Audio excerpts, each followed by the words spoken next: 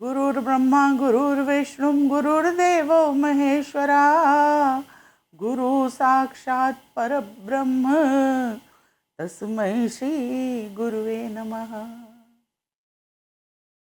मित्रों, गंगा दशहरा के अवसर पर मेरा कार्यक्रम गंगा जी के पवित्र कथा का चित्रण करने का था, किंतु कुछ ऐसी परिस्थितियां हुई कि मैं वह कार्यक्रम संपन्न नहीं कर पाई।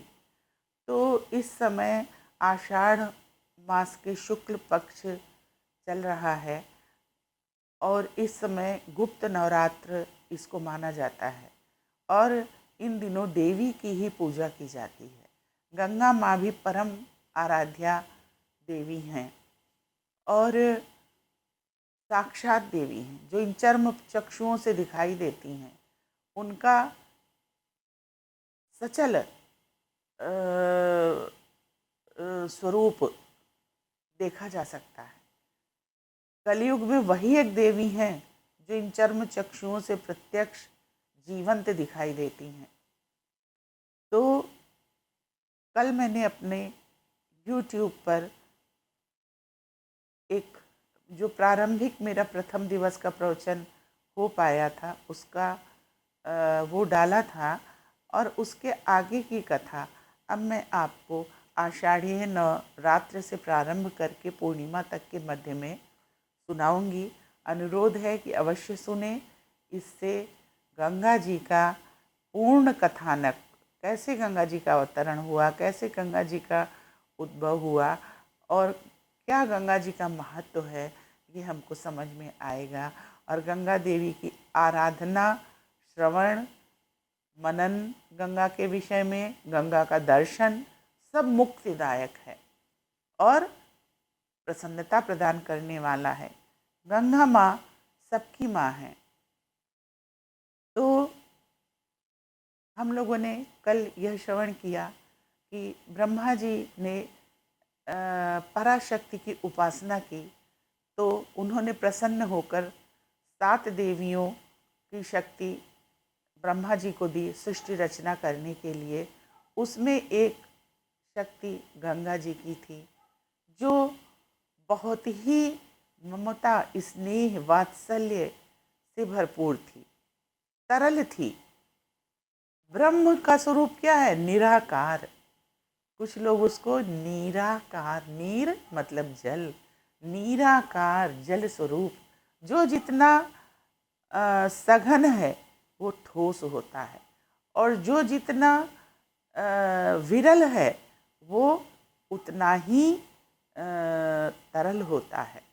तो गंगा जी जल स्वरूप हैं, तरल हैं और कठोर की उल्टी हैं, बहुत ही मृदु और सबका कल्याण चाहने वाली। दैत्यों की भी माँ है, देवताओं की भी माँ है, मनुष्यों की भी माँ है। सब में माँ का स्वरूप है सबके लिए गंगा जी का।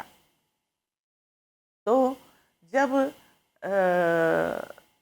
इंद्र ने ब्रह्मा जी से प्रार्थना की कि भगवान हमारे यहाँ स्वर्गलोक में आप गंगा जी को भेज दें, ब्रह्मा जी ने कहा आपके स्वर्ग में तो सभी प्रकार के ऐश्वर्य हैं, किस चीज़ की कमी है जो गंगा जी को भेज दें?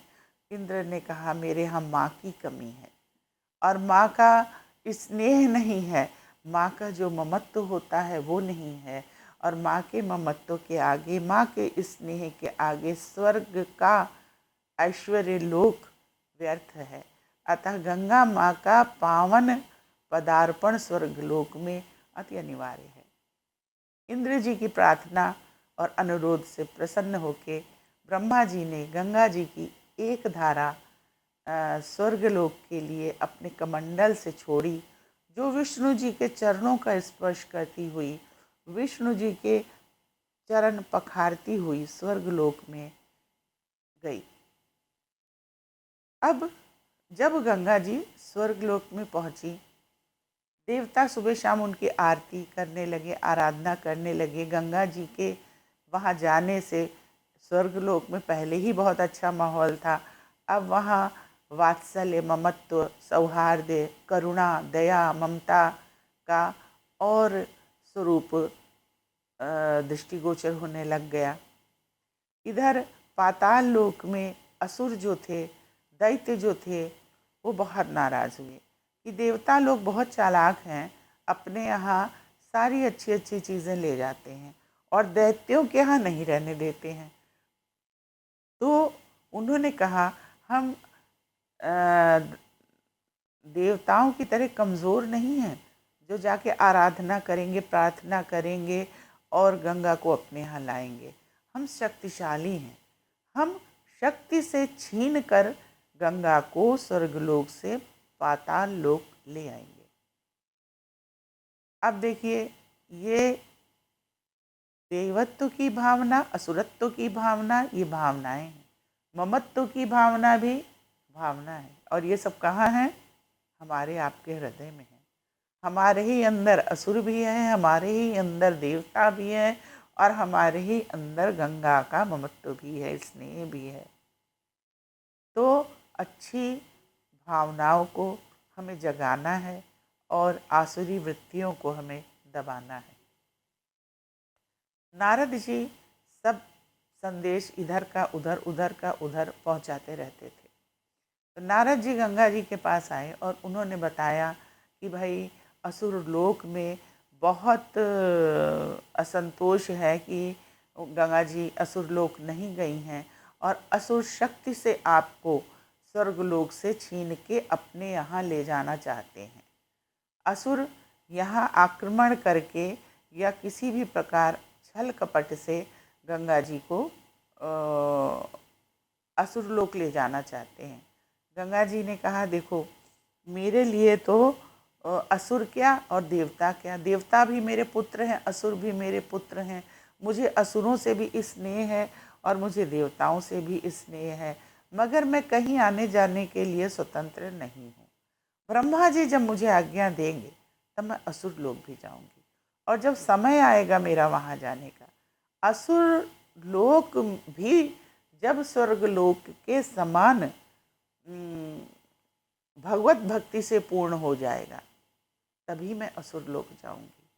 मेरे जाने लायक माहौल जहाँ होगा वहीं मैं जाऊंगी। जब अच्छा माहौल असुर लोक में बन जाएगा और ब्रह्मा जी मुझे अनुमति देंगे तभी मैं असुर लोक भी जाऊंगी। इसी बीच राक्षस जो थे वो जबरदस्ती गंगा जी को लाना चाहते थे असुर लोक। राक्षसों का सम्राट अंधकासुर था।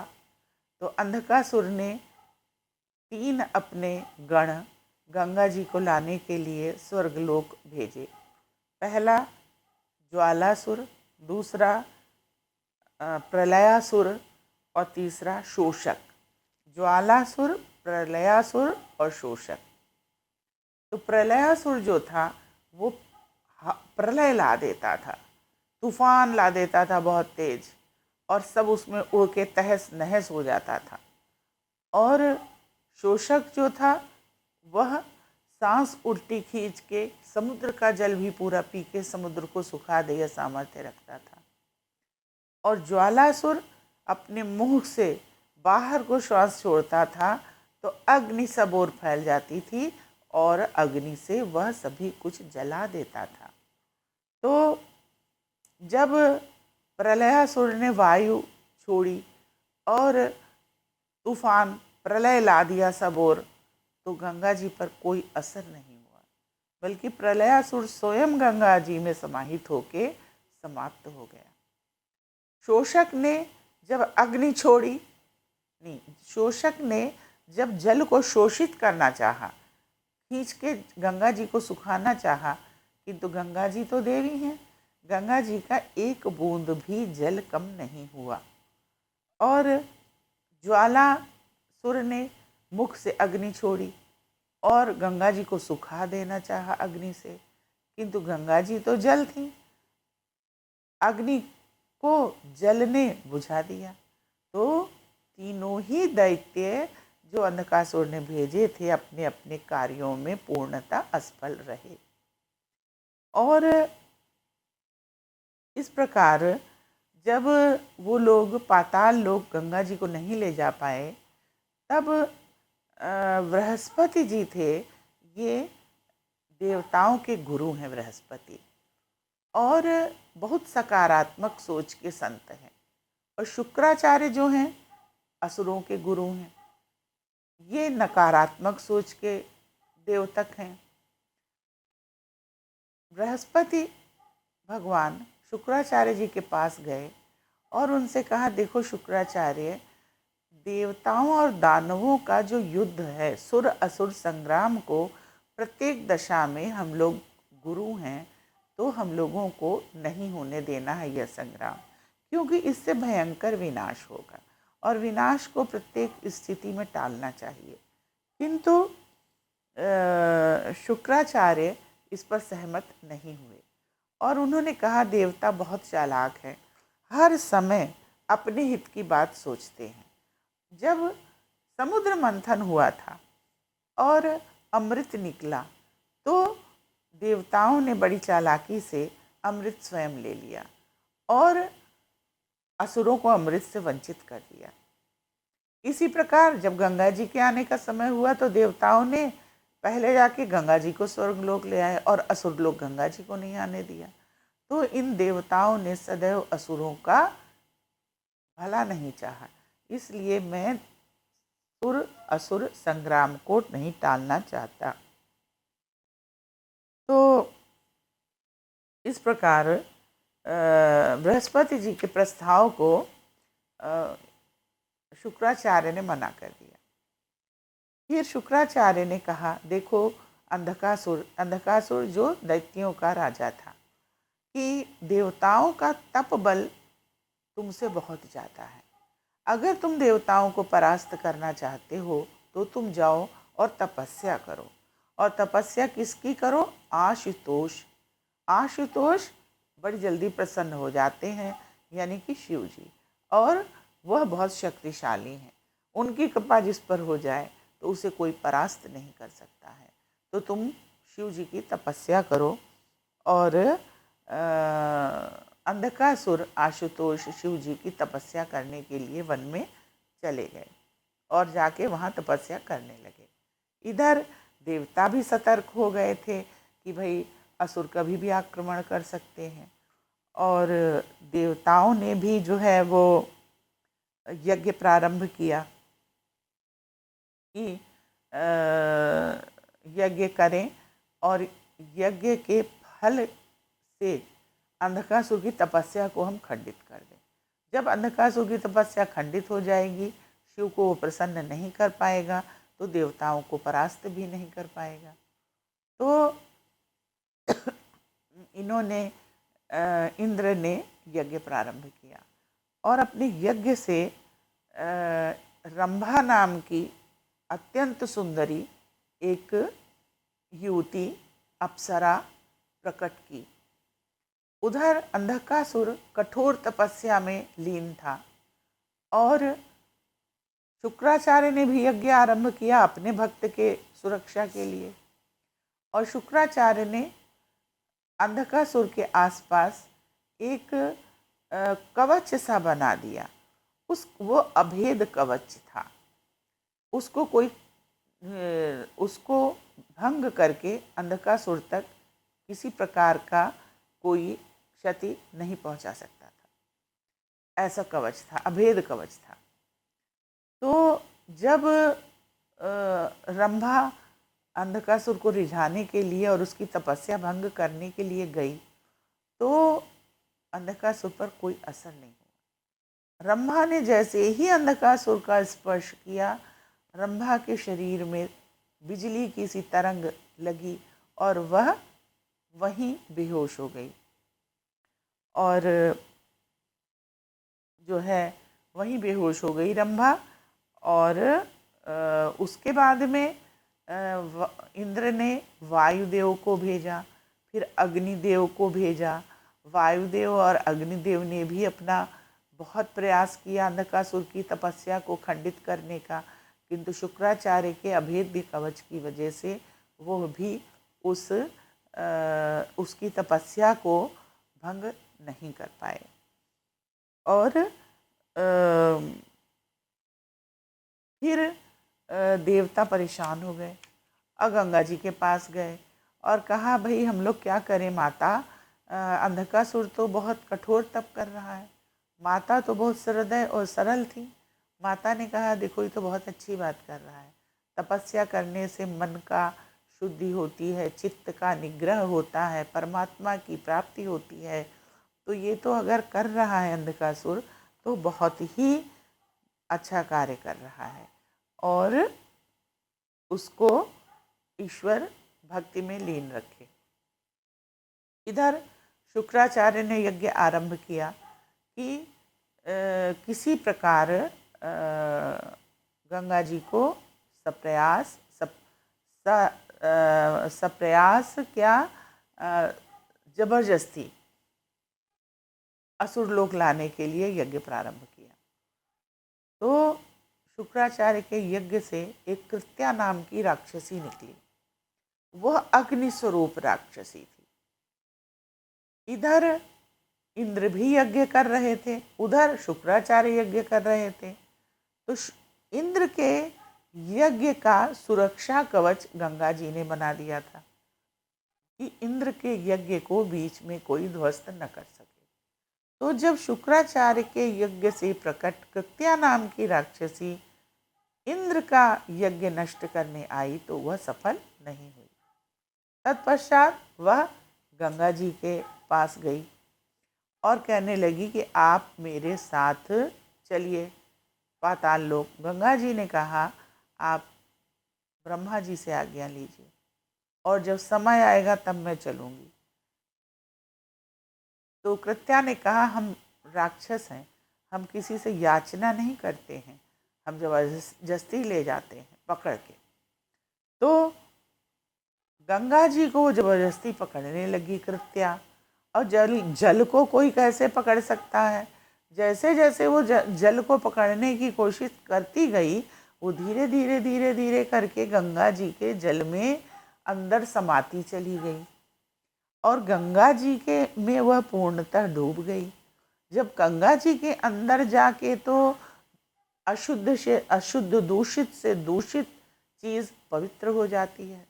तो गंगा जल के अंदर जाके कृत्या पवित्र हो गई। उसका तन मन सब शुद्ध होके परम पवित्र हो गया। कृत्या पवित्र होकर जल से निकली और सदैव सदैव के लिए उनके चरणों में स्थान मांगा गंगा जी के, और गंगा जी के जल का भी पान किया तो उसका तन मन सब शुद्ध हो गया। तब शुक्राचार्य बृहस्पति के पास गए, जो बृहस्पति देवताओं के गुरु, उनके पास गए और कहने लगे कि आप लोगों ने कृत्या की हत्या की है और ये बहुत गलत है। बृहस्पति देव ने कहा, कृत्या की हत्या नहीं की है, कृत्या को पवित्र किया है, कृत्या मुक्त हुई है, कृत्या सद्मार्ग पर आई है और कृत्या का तन मन सब गंगा के समान निर्मल और पवित्र हो चुका है। कृत्या की हत्या नहीं की गई है। और इसी प्रकार बृहस्पति जी और शुक्राचार्य के बीच संवाद हुए। इसके बाद में अंधकासुर तपस्या में लीन था। अंधकासुर की तपस्या सफल नहीं हो रही थी, जिससे कि अंधकासुर बहुत उद्वेलित हो गया, बहुत परेशान हो गया और अंधकासुर ने अपने को मारने का प्रयास किया, आत्महत्या करने की कोशिश की कि शिव जी प्रसन्न हो ही नहीं रहे, मैं कितनी तपस्या करूं। तब शिव जी को बहुत दया आई और वो प्रकट हुए और उन्होंने कहा, मैं अब अंधकासुर आपकी तपस्या से प्रसन्न हूँ, तुम जो वरदान मांगना चाहते हो वो मांगो।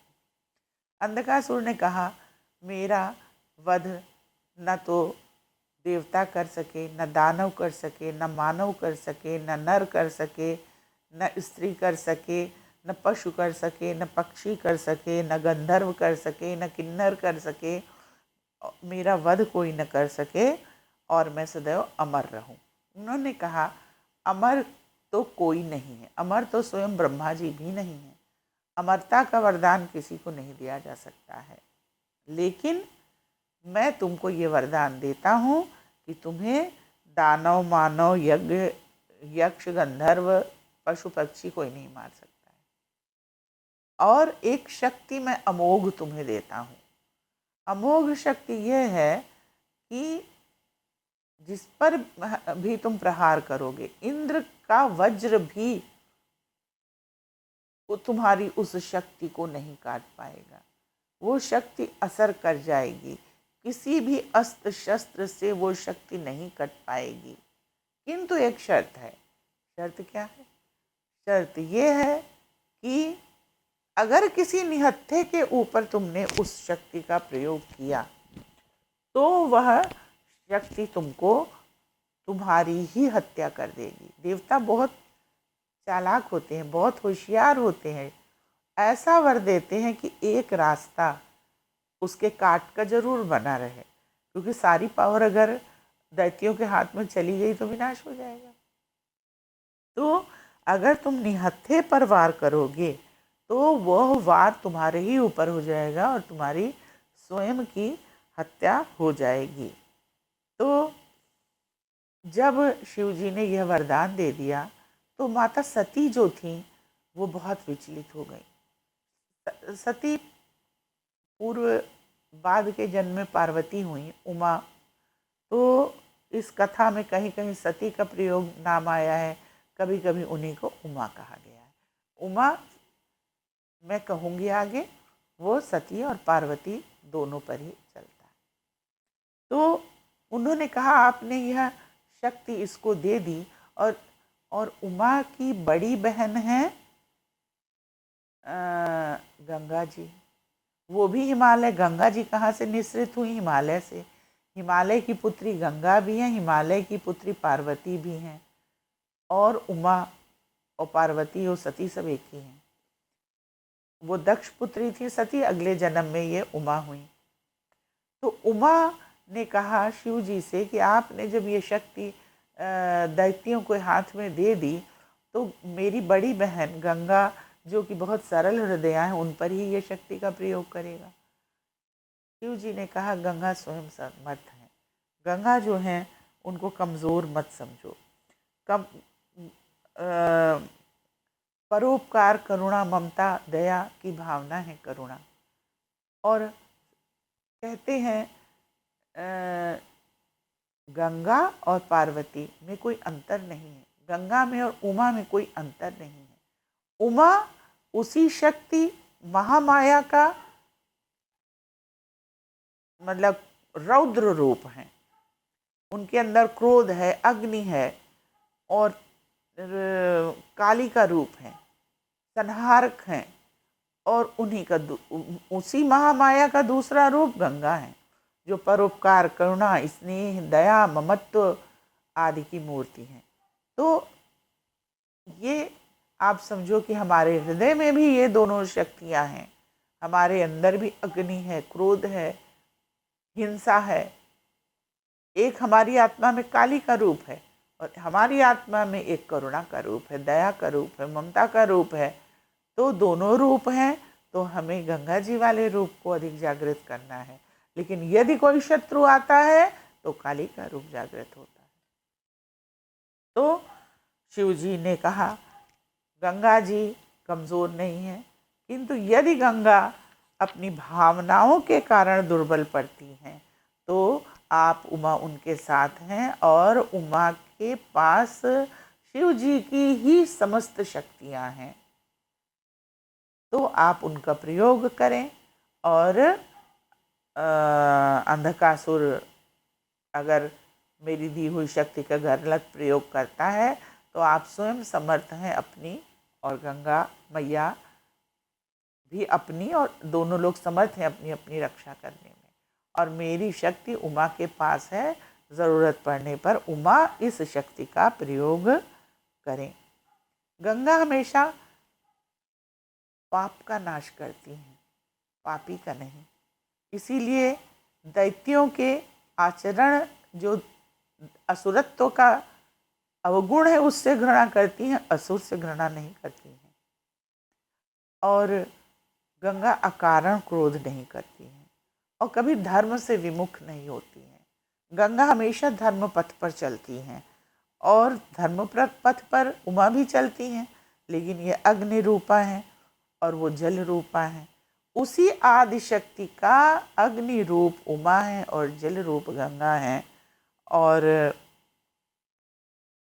फिर अंधकासुर शक्ति प्राप्त करके शुक्राचार्य अपने गुरु के पास गए, उनको प्रणाम किया, दंडवत किया और शुक्राचार्य ने यज्ञ से जो एक कवच सिद्ध किया था, अमोघ कवच, वह अंधकासुर को प्रदान किया और उस शक्ति को प्राप्त करके फिर इन अंधकासुर ने कहा, अब मैं स्वर्गलोक पे आक्रमण करके गंगा जी को मैं वापस गंगा जी को अपने असुर लोक में मैं अवश्य लाऊंगा। अब इस कथा के आगे का श्रवण अगले एपिसोड में हम लोग करेंगे। धन्यवाद।